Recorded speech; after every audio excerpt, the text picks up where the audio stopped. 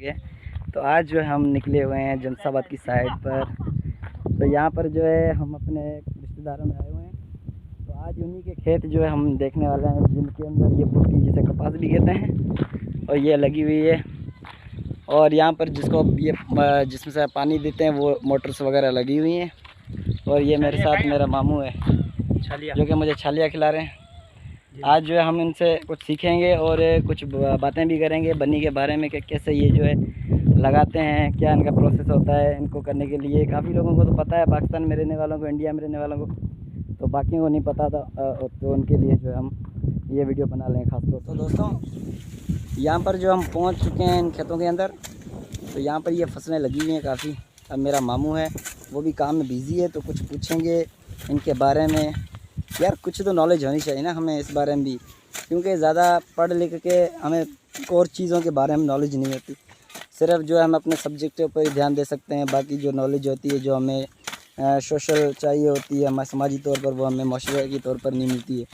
तो वो जो हम जानेंगे कुछ हमारे बड़ों से। पौधा है कपास का पौधा, जो शायद ही हमें तो पता है, हमने देखा हुआ है। जो पाकिस्तान में रहने वाले हैं, इंडिया में रहने वाले हैं, और भी कई ममालिक होंगे जिनमें से रहने वालों को पता है, लेकिन काफ़ी लोग ऐसे भी होते हैं जिनको नहीं पता होता। तो ये वही कपास का जो है पौधा है जिससे कपास होती है, ठीक है।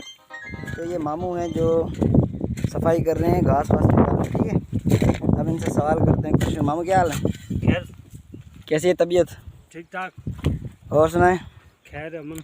ये क्या कर रहे हैं आप? ये हम इसका घास निकाल रहे हैं। अच्छा, इस घास निकालने से क्या फ़ायदा होता है इसका? इसको ये जड़ों पे जो मर्द है ना, जी वो ख़त्म हो जाएगा।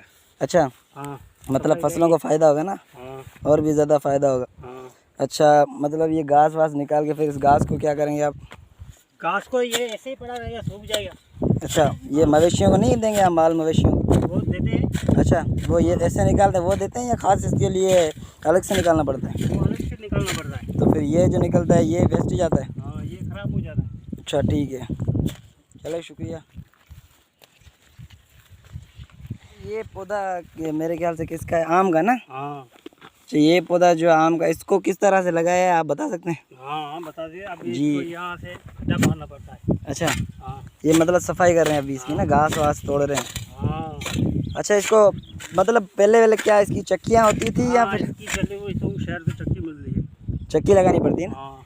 और फिर चक्की लेके यहाँ पर लगा के फिर इसकी देखभाल के लिए कितना टाइम लग जाता है तकरीबन? इसको तकरीबन 2 साल लग जाते हैं। 2 साल बड़ा पौधा बनने में? हाँ। फिर उसके बाद फल देने में? हाँ, फल देने फिर 2 साल के बाद फल देगा। अच्छा चले, सही है। फिर इसको भी देखते हैं। ये पौधा अभी छोटा सा है आम का, फिर जो है ये बड़े बड़े पौधे हैं, इनमें से कन्वर्ट हो जाएगा।